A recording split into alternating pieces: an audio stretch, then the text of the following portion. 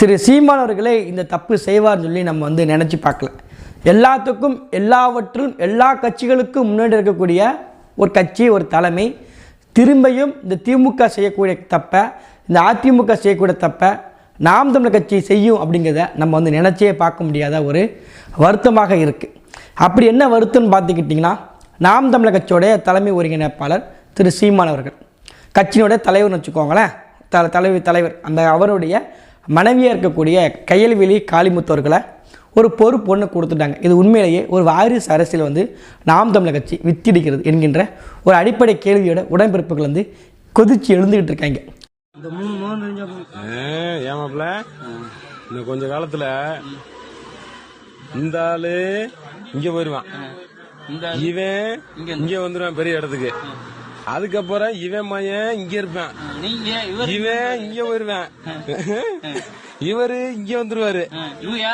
இந்த கீழே கிடக்குற யாருமே இந்த பாதி காலாண்டுக்கு மேல போக முடியாதுல்ல. இதுதான் திமுக ஆட்சி, திமுக கட்சி.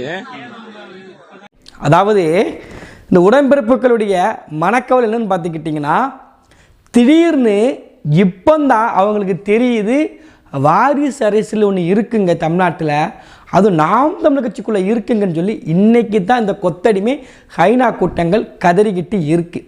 நான் முன்னாடி சொன்னேன் தெரியுமா, சீமானுக்கு இப்படி செய்ய மாட்டாருங்க, நான் நினச்சே பார்க்கலங்கன்னு சொல்லி. உடன்பிறப்புகள் இப்போ நல்லவு மணிக்க இது மீண்டும் ஒரு தேமுதிக, இது மீண்டும் ஒரு திமுக, இது மீண்டும் ஒரு அதிமுக அப்படின்னு சொல்லி இந்த உடன்பிறப்புகளிலிருந்து, இந்த சங்கி கூட்டங்கள்லேருந்து, இந்த அடிமை கூட்டங்கள் அதிமுக வரைக்கும் இன்றைக்கி உட்காந்து கணச்சிக்கிட்டு இருக்காங்க, குலைச்சிக்கிட்டு இருக்காங்க.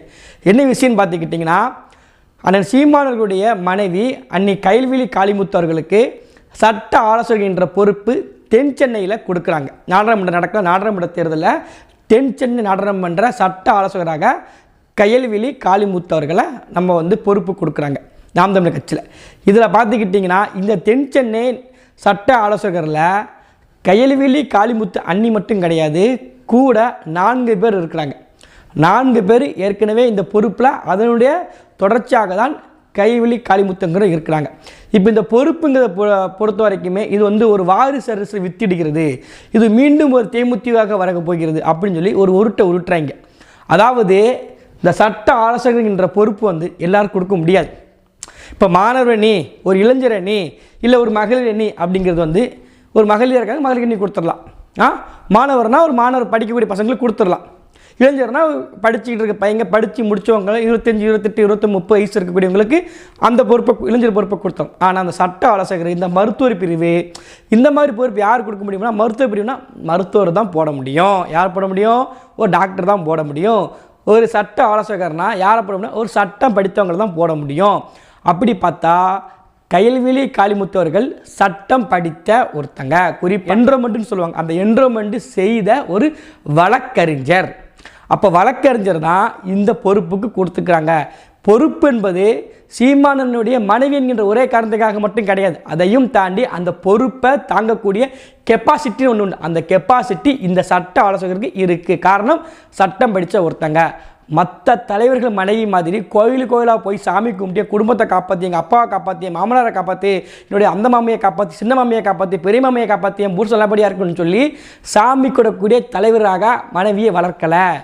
மனைவியை என்ன பண்ணுறாங்கன்னா, திருமணத்துக்கு பிறகும் சட்டம் படிக்க வச்சு என்ரோல்மெண்ட் பண்ணி ஒரு வழக்கறிஞராக அண்ணன் சீமான் அவர்கள் இருக்காங்க. இங்கே இருக்கக்கூடிய தலைவர்களையே இதுலேயும் முன்னோடியாக தான் திரு சீமான் அவர்கள் இருக்கிறாங்க என்பதில் நமக்கு பெரிய மகிழ்ச்சி, பெரிய பேரானந்தம் தான். குறிப்பாக இந்த மாதிரி ஒரு பெருந்தலைவர் அவருடைய மனைவியை திருமணத்துக்கு பிறகு படிக்க வச்சு ஒரு வழக்கறிஞராக வைத்த தமிழ்நாட்டிலே ஒரு தலைவர்னா அண்ணன் சீமான் மட்டும்தான், சீமானன் மட்டும்தான். இப்போ என்னன்னா, இன்னைக்கு வாரிசு அரசை பற்றி திமுக கட்சிக்காரன் பேசுகிறாங்க, கூச்சமே இல்லாதவங்க. இப்போ திமுக இருக்கக்கூடிய பாராளுமன்ற எல்லாருமே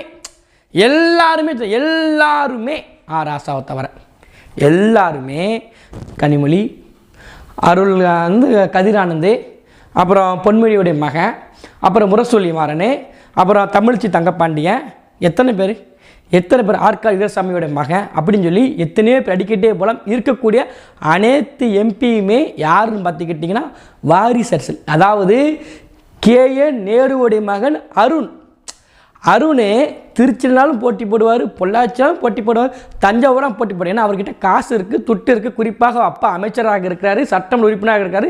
திமுகவில் இன்பநிதியும் தலைமுறையாக ஏற்றுக்கூடக்கூடிய மனப்பக்குவத்தில் இருக்கிறதுனால அவருடைய மகன் அருண் வந்து என்ன சொல்கிறாரு, நான் திருச்சியில் கூட போட்டி போடுவேன், இல்லை நான் இன்னொரு தொகுதியில் கூட்ட கூட போட்டி போடுவேன்னு சொல்லி அரசியல் வாரிசு அரசியல், இதுக்கு தான் வாரிசு அரசியல். ஏன் அவருக்கு என்ன தகுதி இருக்குது?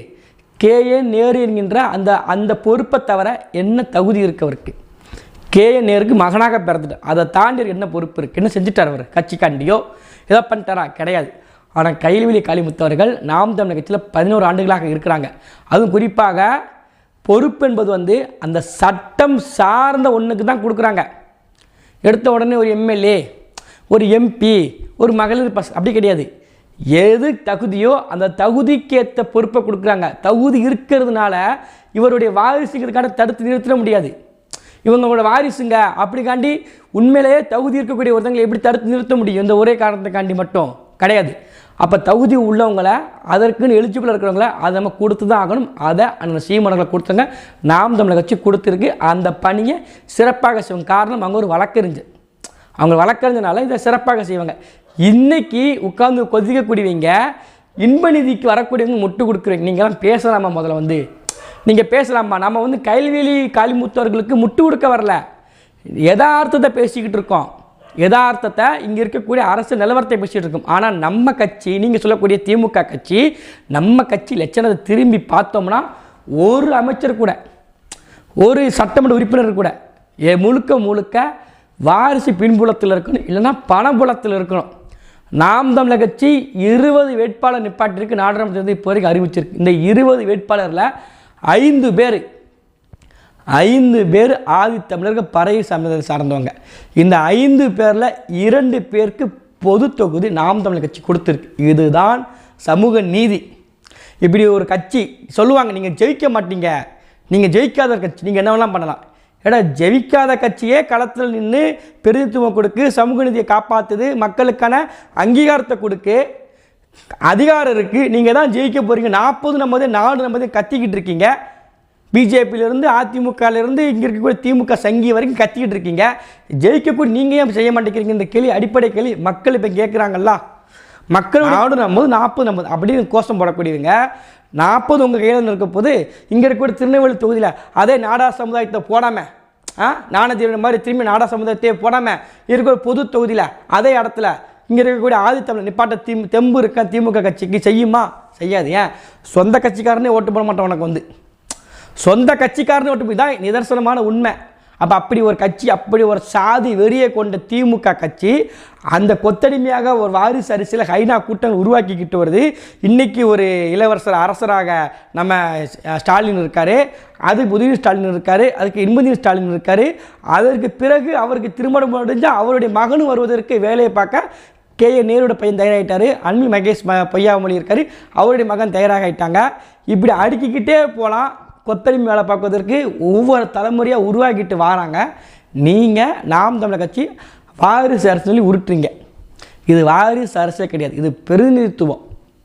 இது அவங்க படிச்சிருக்காங்க, படித்ததற்கான அங்கீகாரத்தில் அதற்கான ஏற்ற பொறுப்பை கொடுத்துருக்குறாங்க.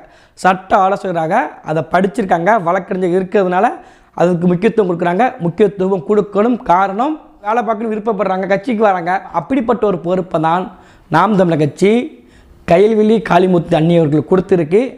100% 11 வருடமாக கட்சியில் இருக்கக்கூடிய ஒருத்தங்களுக்கு அங்கீகரிக்கப்பட்ட ஒரு பொறுப்பு இப்போ கொடுத்துருக்கு.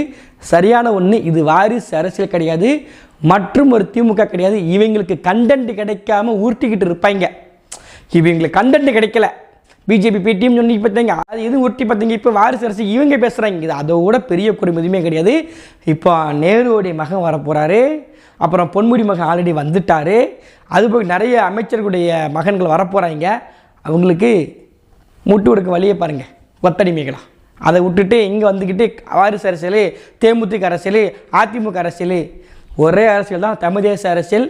இந்த மண்ணுக்கும் மக்களுக்கும் உண்மையாக நேர்மையாக களத்தில் நிற்போம்.